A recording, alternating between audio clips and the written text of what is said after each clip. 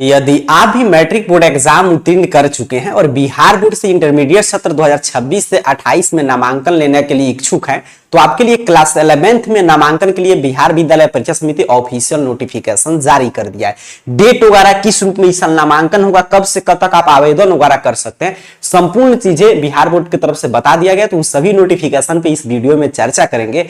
उसके साथ सबसे महत्वपूर्ण कि बिहार बोर्ड सीट जारी कर दिया है कि अपने को यहाँ पे रह के पढ़ाई करना है तो आपके आसपास कौन कौन सा कॉलेज है जिसमें किस किस स्ट्रीम से पढ़ाई होता है, कितना सीट है और पिछले साल का कट ऑफ कितना गया, मतलब कितना परसेंट आपका मार्क्स है तो कौन सा कॉलेज इस साल मिल सकता है, उसी हिसाब से कॉलेज की वरीयता का नाम आपको भरना है। तो इस संपूर्ण चर्चा हम लोग अभी के इस वीडियो में करेंगे। पहले आइए जो नोटिफिकेशन आया है उसको समझते हैं। देखिए, बिहार विद्यालय परीक्षा समिति की तरफ से ऑफिशियल नोटिफिकेशन जारी कर दिया गया है कि 11वीं में नामांकन होने जा रहा है आपका 2026 से। 11वीं का आपका रहेगा 27 और 12वीं का 27 से 28। तो इंटर में नामांकन की प्रक्रिया 8 अप्रैल से शुरू होगा। देख लीजिए, नोटिफिकेशन आ चुका है। यहां पे बताया जा रहा है, ध्यान से समझिएगा कि 17.5 लाख सीटों के लिए 8 से शुरू होगा 11वीं में एडमिशन की प्रक्रिया। मैट्रिक पास 12,35,000 छात्रों की राहत, 9,988 स्कूल में मिलेगा दाखिला। बताया जा रहा है आगे की तरफ कि बिहार के उच्च माध्यमिक विद्यालय में शैक्षणिक सत्र 2026 से 28 के लिए कक्षा 11वीं में नामांकन की प्रक्रिया 8 अप्रैल से शुरू होगी। बिहार बोर्ड ने इसकी पूरी तैयारी कर ली है। इस बार राज्य के 9,988 +2 विद्यालय के विभिन्न संकाय आर्ट, साइंस, कॉमर्स में कुल 17.5 लाख सीट पर एडमिशन लिया जाएगा। समिति के अध्यक्ष आनंद किशोर ने बताया कि सीटों का संकायवार विवरण पहले ही जारी कर दिया गया है। देख लीजिए, पहले ही आ चुका है सीट का विवरण। आगे मैं बताऊंगा कैसे आप चेक कर सकते हैं। और इस पर 30 मार्च तक आपत्तियां मांगी गई थी। करीब 180 आपत्तियां प्राप्त हुई, जिनका निपटारा 2 से 3 दिन में कर लिया जाएगा। इसके बाद फाइनल सीट मैट्रिक्स जारी कर दिया जाएगा और आवेदन प्रक्रिया शुरू कर दी जाएगी। मैट्रिक रिजल्ट से पहले ही शुरू हो गई थी तैयारी। बिहार बोर्ड ने इंटर में नामांकन की तैयारी मैट्रिक रिजल्ट से पहले ही शुरू कर दी थी। राज्य के सभी सरकारी एवं गैर सरकारी इंटर स्तरीय स्कूल की सूची यूएफएसएस पोर्टल पर अपलोड कर दी गई थी। इस बार सभी संस्थानों की सूची स्ट्रीम वाइज सीटों के साथ, कि मतलब किस कॉलेज में कितना सीट है उसके साथ जारी की जा रही है, जिससे छात्रों को अपने विकल्प चुनने में आसानी होगी। यही चीजें मैं अभी आपको सिखाने जा रहा हूं आगे। समिति ने स्पष्ट किया है कि आपत्तियों के निपटारे के बाद फाइनल सीट डिटेल और मेरिट प्रक्रिया की जानकारी वेबसाइट पर जारी की जाएगी। इसके बाद छात्र निर्धारित समय में आवेदन कर सकेंगे। छात्रों को राहत के लिए सीटें ज्यादा, आवेदन कम। इस साल मैट्रिक परीक्षा में 12,35,743 छात्र ही सफल हुए। वहीं इंटर में नामांकन के लिए 17.5 लाख सीटें उपलब्ध है। बोर्ड के अनुसार बिहार बोर्ड एवं अन्य बोर्ड के छात्रों को मिलाकर करीब 13.5 लाख आवेदन आने की संभावना है। सीट की संख्या अधिक होने से अधिकतर छात्रों को आसानी से एडमिशन मिलने की उम्मीद है। अब यहाँ पे पूरा प्रोसेस है, सिर्फ ऑनलाइन होगा आवेदन, पूरा प्रक्रिया ऑनलाइन मोड में चलेगा, ऑफलाइन कुछ नहीं होने जा रहा है। इंटर में एडमिशन के लिए छात्रों को यूएफएसएस के माध्यम से ऑनलाइन आवेदन करना होगा। आवेदन जो है यूएफएसएस के यहाँ पे वेबसाइट है या इस पर किया जा सकेगा। ऑफलाइन आवेदन पूरी तरह बंद रहेगा। आवेदन शुल्क 350 रुपया है। कल के भी मैं अपडेट में आपको जानकारी दे रहा था। शुल्क जमा नहीं होने पर फॉर्म रद्द कर दिया जाएगा। छात्रों को आवेदन करते समय स्कूल और संकाय के विकल्प सावधानी से भरने होंगे, क्योंकि एक बार विकल्प लॉक होने के बाद उन्हें नहीं बदला जा सकेगा। यहां पे क्या आपने को जानकारी मिल गया सर? पहला जानकारी की 8 अप्रैल डेट मिल गया। क्या मिल गया सर? डेट मिल गया कि 8 अप्रैल से आवेदन की प्रक्रिया शुरू होने जा रहा है। पहला ये है। दूसरा मिल गया कि सर मात्र 12 लाख परीक्षार्थी और अदर बोर्ड से 1 लाख और आवेदन आने की उम्मीद है। मतलब टोटल अगर आवेदन आता है तो 13 लाख, इससे कम रहेगा, ज्यादा नहीं जा सकता है। लेकिन सीट कितना है सर? 17.5 लाख सीट है। ये क्या बता रहा है कि हमारा कोई भी डिवीजन है, हम अगर अच्छा से जो सीट यहां पे बताया जा रहा है कि जारी किया गया, उसको देखकर अभी से कॉलेज का विकल्प का चयन कर लेते हैं तो आसानी से हमारा प्रथम चयन सूची में ही नामांकन हो जाएगा। मतलब जो आप आवेदन करेंगे तो उसके बाद बिहार बोर्ड आपका मेरिट लिस्ट जारी करता है, सिलेक्शन लिस्ट जारी करता है, पहला, दूसरा, तीसरा, इस तरह। तो उसमें आपका आसानी से नामांकन हो जाएगा। अगर मान लीजिए प्रथम मेरिट लिस्ट में आपका नाम नहीं आता है तो घबराने की कोई आवश्यकता नहीं। आगे द्वितीय, तृतीय को उसको स्पॉट एडमिशन का मौका मिलता है और 17.5 लाख सीट पूरा फुल करना है। तो समझिए पूरा सभी विद्यार्थियों का नामांकन हो गया, फिर भी सीट खाली ही रहेगा। और कितने स्कूल में नामांकन होगा? तो 9,988 स्कूल कॉलेज में नामांकन होगा इस साल।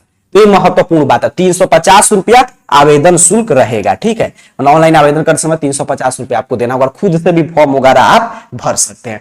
फिर आगे हर जगह वही अपडेट है, देख लीजिए कि 11वीं में एडमिशन की प्रक्रिया 8 से इतना सीट पे होगा, और वही शैक्षणिक सत्र यहाँ पे देख रहे हैं 2026 से 28 क्लियर आपको दिखाई दे रहा होगा। वही चीजें रिपीट हो रहा है, कितना सीट वगैरह है, कुछ भी यहाँ पे नया चीजें नहीं है, वही चीजें कि 8 अप्रैल से शुरू होगा आवेदन की प्रक्रिया। देख लीजिए 11वीं में एडमिशन के लिए।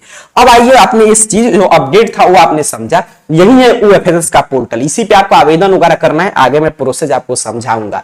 डॉक्यूमेंट में पिछले भी अपडेट में बता दिया था कि जो बिहार बोर्ड से उत्तीर्ण किए हैं उनको कुछ भी डॉक्यूमेंट बनवाने की आवश्यकता नहीं। आप वहां पे रोल नंबर, रोल कोड अपना भरेंगे ना तो आपका सारा डिटेल आ जाएगा। बस एक चालू मोबाइल नंबर वैलिड तक उस पर OTP आएगा, और आगे भी जब इंटीमेशन लेटर आता है तो उस पर सूचना आएगा, ठीक है। और हर एक चीज आगे आपको कुछ भी चेंज करना होगा तो इसी से आप लॉग इन वगैरह करेंगे, तो मोबाइल नंबर, ईमेल आईडी चालू हो वही आप रखिएगा। अदर बोर्ड से आप उत्तीर्ण किए तो आपको ये सभी चीजें आपके पास होना चाहिए। बस माइग्रेशन सर्टिफिकेट और मार्कशीट आपको एक्स्ट्रा में देना पड़ेगा। बिहार बोर्ड के छात्रों को भी मार्कशीट अपलोड करने की कोई आवश्यकता नहीं है, वो ऑटोमेटिक चीजें हो जाता है। बट अदर बोर्ड के छात्रों को देना होगा तो उनके पास ऑनलाइन मार्कशीट होगा, या जिनका रिजल्ट नहीं आया है अदर बोर्ड के वैसे विद्यार्थी, तो उनके लिए फिर से बिहार बोर्ड पोर्टल ओपन होता है। जब ये सभी चीजें बीत जाएगा तो फिर से पोर्टल ओपन करेगा आवेदन के लिए, ठीक है।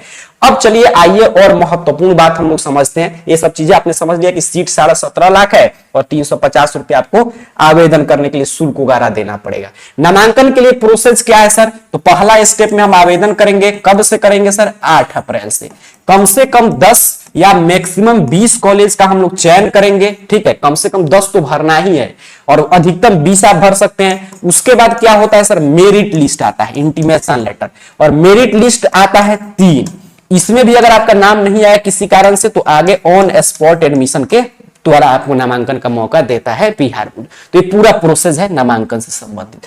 अब देखिए यहाँ पे अभी आपको क्या करना है, तो सबसे इसमें जरूरी होता है कि कॉलेज लिस्ट की। पिछले साल का बिहार बोर्ड इसलिए पहले यही काम किया है कि पहले आपको बता दिया कि हाँ ये कॉलेज है, तो अपने को कहां पे रह के पढ़ाई करना है, क्योंकि आप अटेंडेंस वगैरह का भी क्राइटेरिया लगा देता है। चाहे आपको एग्जाम देने जाना पड़ेगा तो जहां पे भी रह के आपको पढ़ाई करना है उसके आसपास के कॉलेज को देख लीजिए कि कितना सीट है। जो मैं संकाय लेने जा रहा हूँ, आर्ट, साइंस, कॉमर्स, एग्रीकल्चर या वोकेशनल कोर्स, उसका हमारे आसपास कौन सा नजदीक में अच्छा कॉलेज है, पिछले साल का कितना कट ऑफ गया था, तो मेरा मार्क्स कितना है, उसी अगर इतना आप काम कर लेते हैं तो आसानी से आपका प्रथम ही सिलेक्शन लिस्ट में नाम आ जाएगा।